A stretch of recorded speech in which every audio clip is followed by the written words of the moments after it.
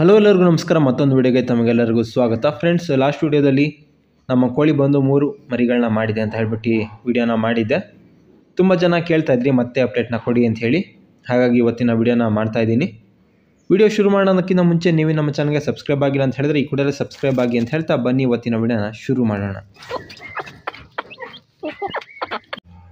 Okay friends, last ವಿಡಿಯೋದಲ್ಲಿ 3 ಕೋಳಿ ಮರಿಗಳು ಮಾಡಿದೆ ಅಂತ ಹೇಳ್ಬಿಟ್ಟು ಹೇಳಿದ್ದೆ.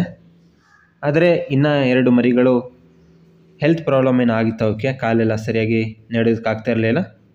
ಹಾಗಾಗಿ ಅದೇ ಕಾರಣದಿಂದ ಆ ಮರಿಗಳು ಕೂಡ ಸತ್ತೋಗಿದೆ. ಈಗ ಕೇವಲ ಒಂದೇ ಒಂದು ಕೋಳಿ ಮರಿ ಬದುಕಿದೆ. ನೋಡ್ತಾ ಇರ್ಬೋದು, ಫುಡ್ ತಿಂತಿದ್ದಿಲ್ಲ, ಅದೊಂದು ಕೋಳಿ ಮರಿ ಮಾತ್ರ ಬದುಕಿದೆ.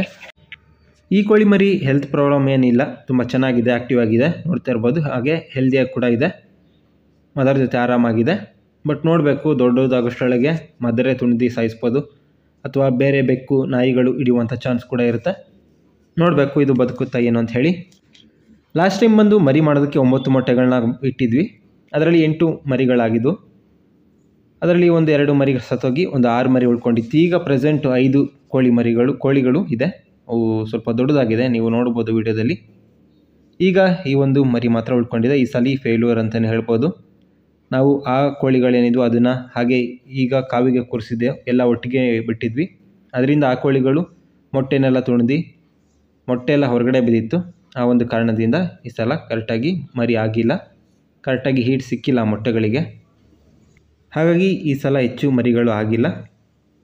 ಆಗಿದ್ರಲ್ಲೂ ಕೂಡ ಏನೋ ಸಮಸ್ಯೆಗಳಾಗಿ ಈಗ ಒಂದೇ ಒಂದು ಕೋಳಿ ಮರಿ ಉಳ್ಕೊಂಡಿದೆ. ನೆಕ್ಸ್ಟ್ ಟೈಮ್ ನೋಡೋಣ, ಯಾವುದೇ ರೀತಿ ಪ್ರಾಬ್ಲಮ್ ಇಲ್ದಲೆ ಕರೆಕ್ಟಾಗಿ ಎಲ್ಲನೂ ಕೂರಿಸೋಣ. ಓಕೆ ಫ್ರೆಂಡ್ಸ್, ನೋಡಿದ್ರಲ್ಲ, ತುಂಬ ಜನ ಕೇಳ್ತಾ ಇದ್ರಿ ಕೋಳಿಗಳ ಅಪ್ಡೇಟ್ನ ಕೊಡಿ ಅಂತ ಹೇಳಿ. ಹಾಗಾಗಿ ಈ ಒಂದು ಅಪ್ಡೇಟ್ನ ಕೊಟ್ಟಿದ್ದೀನಿ. ಇವತ್ತಿನ ವಿಡಿಯೋ ನಿಮಗೆಲ್ಲ ಇಷ್ಟ ಆಗಿದೆ ಅಂತ ಭಾವಿಸ್ತೀನಿ. ಇಷ್ಟ ಆಗಿದ್ರೆ ಲೈಕ್ ಮಾಡಿ, ಶೇರ್ ಮಾಡಿ, ಹಾಗೆ ಸಬ್ಸ್ಕ್ರೈಬ್ ಮಾಡ್ಕೊಳ್ಳಿ ಅಂತ ಹೇಳ್ತಾ ಇವತ್ತಿನ ವಿಡಿಯೋನ ಏನು ಮಾಡ್ತಿದ್ದೀನಿ. ಮುಂದಿನ ವಿಡಿಯೋದಲ್ಲಿ ಭೇಟಿಯಾಗೋಣ.